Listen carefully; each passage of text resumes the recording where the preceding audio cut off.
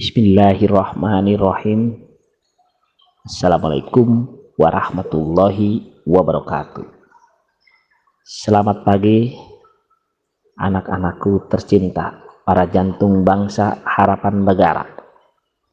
Bertemu kembali dengan saya Bapak Ahmad Kabir Rifai dalam program bimbingan dan konseling yang bercermin pada tema belajar efektif di masa pandemi.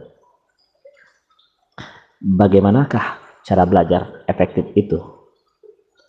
Semoga atas rahmat Tuhan Yang Maha Esa, dengan cara mengikuti program bimbingan konseling pada hari ini, semoga Tuhan memberikan kemudahan bagi setiap aktivitas kita. Selamat datang. Apakah semua sudah siap? Mari kita jaga semangat kita, tetap fokus untuk menyimak setiap materi bimbingan konseling yang akan kita pelajari pada hari ini. Untuk itu, anak-anakku tercinta, harapan negara, mari kita membuat komitmen kontrak belajar. 1. Mengikuti setiap rangkaian kegiatan bimbingan dan konseling. 2. Mengisi semua angket dan formulir yang diberikan guru bimbingan dan konseling. 3. Mengerjakan setiap penugasan yang diberikan. 4. Memberikan komentar positif dan membangun. 5. Menghindari perilaku kurang sopan. 6. Menghindari perilaku yang melanggar aturan. Dan ketujuh, jadikanlah guru BK sahabatmu untuk berbagi cerita. Are you ready, anak-anakku? Let's go. Next. Di sini ada 3 tabel. Tuliskan evaluasi belajar selama daring. Tentu kita sudah berbulan-bulan bahkan hitungan tahun mengikuti belajar daring. Untuk itu, tulislah kolom di bawah ini. Yang pertama, apakah yang sudah baik? Sejak awal sampai sekarang, apakah yang sudah baik belajar daring ini? Kolom kedua, apakah yang belum baik? Tentu tidak ada yang sempurna, pasti ada kekurangan. Maka silakan kalian tuliskan sesuai dengan pengalaman, sesuai dengan isi hati dan pikiran kalian. Kolom ketiga, apa yang harus diperbaiki? Tentu ketika kita mengalami satu kegagalan atau target yang tidak tercapai atau kurang maksimal, maka kita berupaya untuk berusaha ke arah yang lebih baik lagi. Maka tuliskan apa yang harus diperbaiki. Oke. Sentuhlah suara hati kalian. Langit Indonesia tanpa mendung seperti gelisah. Bumi pertiwi sedang diserang wabah, mengharuskan kita tinggal di rumah. Pemerintah harus melakukan regulasi belajar. Di mana biasanya belajar bisa ke sekolah, kini cukup belajar, bahkan harus di rumah. Dan ini tidaklah mudah, akan tetapi kita harus tetap melangkah. Kita teruskan perjuangan para pendiri bangsa lewat jalur pendidikan. Demi Indonesia yang lebih baik, mari kita jaga semangat belajar kita. Bagaimana cara belajar efektif di masa pandemi? Yang pertama, menentukan tempat dan suasana belajar yang nyaman. Silakan kalian pilih tempat yang menurut kalian nyaman atau bahkan menyenangkan. Bisa di kamar,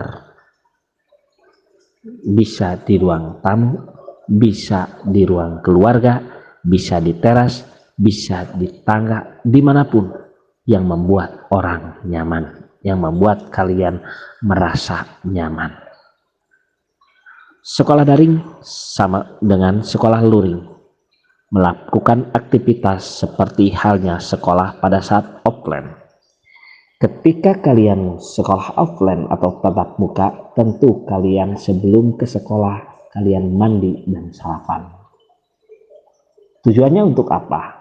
Biar kalian fresh, segar, dan tentu lebih bertenaga, dan ini menentukan kesiapan dan daya konsentrasi Anda. Tidak ada bedanya, meskipun kita di rumah, kita pun harus tetap mandi, jaga kerapihan, jaga pola makan. Hanya yang berbeda soal tempat, yang biasa di sekolah, kini kalian di rumah. Yang ketiga, fokus. Fokus mengikuti pelajaran sesuai yang diberikan oleh Bapak dan Ibu guru. Jadi ketika kalian mengikuti suatu materi yang diajarkan oleh Bapak dan Ibu guru, misalkan menggunakan satu aplikasi, maka kalian tidak boleh menggunakan aplikasi yang lainnya. Misal ketika guru sedang menerangkan atau sedang mengadakan secara online pembelajaran, kalian malah main game. Ini tidaklah dibenarkan, karena akan mengurangi kefokusan kalian. Yang keempat, belajar secara berkala. Belajar secara berkala atau berkali-kali, sering mengulangi materi pelajaran. Di sini kalian tidak boleh bosan-bosan mengulangi pelajaran. Bukan setelah pelajaran satu lalu kalian mengulangi di waktu yang bersamaan. Tidak seperti itu. Mengulangi pelajaran bisa di waktu pada subuh, siang, sore, atau setelah maghrib. Itu baik. Mengulangi pelajaran berulang-ulang itu baik untuk kita tetap menjaga ingatan kita atas materi yang sudah diajarkan. 5. Istirahat yang cukup. Jangan terlalu lama bermain gadget. Istirahat yang cukup adalah kalian jangan tidur terlalu malam. Dan di sisa waktu istirahat, di sisa waktu luang, maka jangan kalian justru menggunakan waktu itu untuk bermain gadget atau hal-hal yang sifatnya tidak perlu. Lebih baik kalian mengulangi pelajaran yang sudah diajarkan. Semakin cepat kalian istirahat, maka semakin cepat pula hari berganti dan bertemu kembali dengan pelajaran-pelajaran di sekolah. 6. Temukan gaya belajarmu sendiri.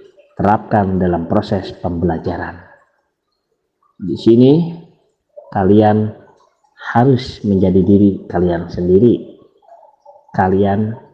Kamu bukan mereka atau bukan dia. Kamu adalah kamu. Maka temukan gaya belajarmu sendiri.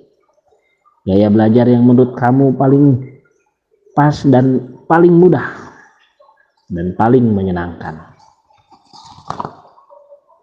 Oke, anak-anakku, di tengah pandemi yang kian menakuti, tak menghalangi kita untuk tetap unggul dalam prestasi. Mari kita mulai memanage waktu. Kita belajar efektif untuk hasil yang lebih baik. Tetap fokus, tugas kita belajar. Buat bangga ayah bundamu, ibu bapakmu. Jika kalian belum bisa membahagiakan, maka jangan mengecewakan.